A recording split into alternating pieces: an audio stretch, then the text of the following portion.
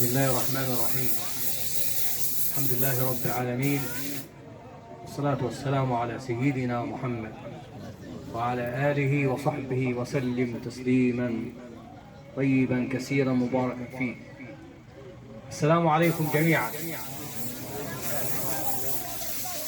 باسمي وباسمكم نرحب بضيوفنا الشيخ أحمد عبد الحافظ رئيس مساجد والمديرية، الشيخ سمير العواد، الشيخ محمد مصطفى إمام الجامع، والحضور جميعا.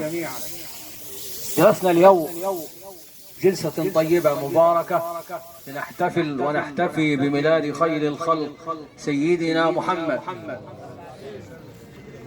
مهما تحدثنا ومهما تكلمنا عن أخلاق النبي صلى الله عليه وسلم رسولنا الكريم وحبيبنا العظيم فلن نثني عليه، ومهما وصف الواصفون وقال القائلون فلن يكونوا أحسن مما قال الله، وإنك لعلى خلق عظيم. صل على حبيبك. الرسول صلى الله عليه وسلم بعد هذه الآية فلن يوصفه أحد، ومهما قالوا عن صفاته فهذا قليل. أيروم مخلوق ثناء بعد أثنى عليك الخلاق، يعني الكلام في وصفه قليل. مهما كتب الكاتبون وقال القائلون وصفه صلى الله عليه وسلم قليل فيه. نأخذ بعض صفات النبي صلى الله عليه وسلم. ففي الحديث أبو هريرة رضي الله عنه يقول: أتى رسول الله المقبرة يوما فقال: السلام عليكم دار قوم مؤمنين وإنا بكم إن شاء الله لاحقون. وددت أن قد رأينا إخواننا. صل على النبي. وددت أن قد رأينا إخواننا. قالوا: أولسنا إخوانك يا رسول الله؟ قال: نعم، أنتم أصحابي وإخواننا الذين لم يأتوا بعد. صل على النبي. قالوا: يا رسول الله كيف تعرف من لم يأتي بعد من أمتك؟ ازاي هتعرف الأمة يا رسول الله يوم القيامة؟ فالرسول صلى الله عليه وسلم بيرد يقول ايه؟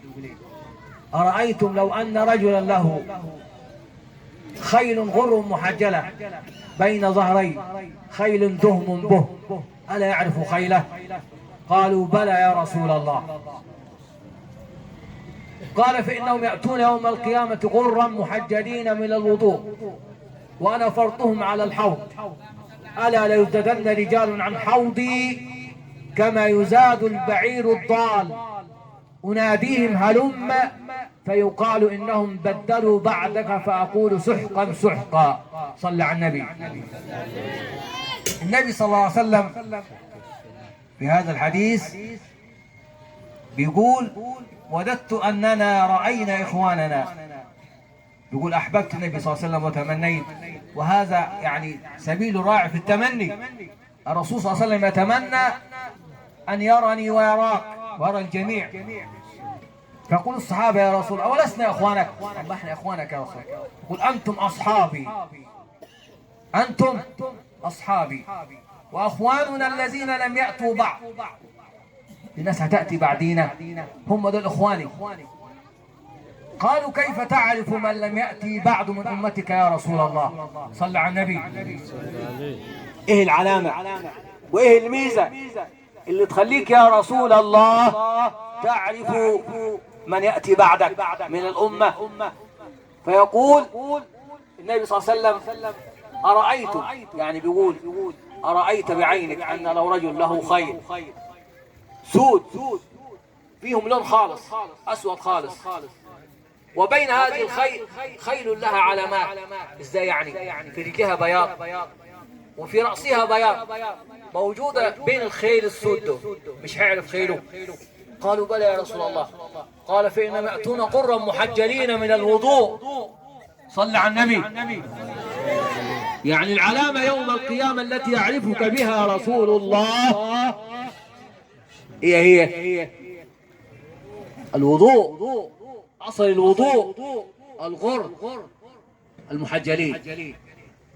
يعني لما تتوضا تطلع شويه كده فوق ذراعك شويه كده، وتاخد شويه من راسك كده وشويه فوق رجليك فوق الكعبين. ليه؟ عشان هي العلامه اللي هيعرفك بها النبي صلى الله عليه وسلم. فالمقصود هنا النور. صل على صاحب النور سيدنا محمد. النور الرسول صلى الله عليه وسلم. فهذا النور يوم القيامة هي علامة الأمة المحمدية. فمن استطاع منكم أن يطل غرته فليفعل.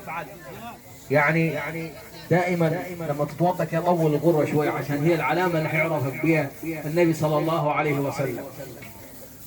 ولذلك انت دائما في ناس بتوضا كده ضربة في الشرق وضربة في الغرب وكده يلا ضربة يعني ضربة الوش وضربة أخ اتوضا وخلصنا أدي الفريضة. لا، أنت يوم القيامة في علامة النبي هيعرفك بيها. إيه هي؟ إنك تحسن وضوءك وتزيد في الوضوء وتحسن وضوء.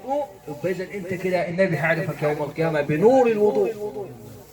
لأن الوضوء انتهى في الدنيا ولكن علامة تبقى إيه؟ أصل الوضوء وهو النور. وبعدين ألا ليزدادن رجال عن حوضي، يعني يوم القيامة حوض النبي صلى الله عليه وسلم زي ما قال القرآن إنا أعطيناك الكوثر. صل على صاحب الكوثر. فإذا علينا أن نحرص على هذه العلامة حتى يعرفنا النبي صلى الله عليه وسلم.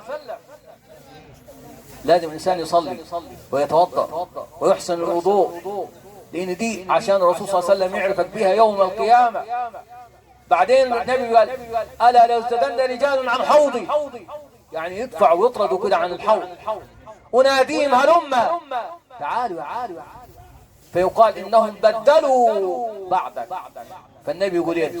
سحقا يعني بعدا.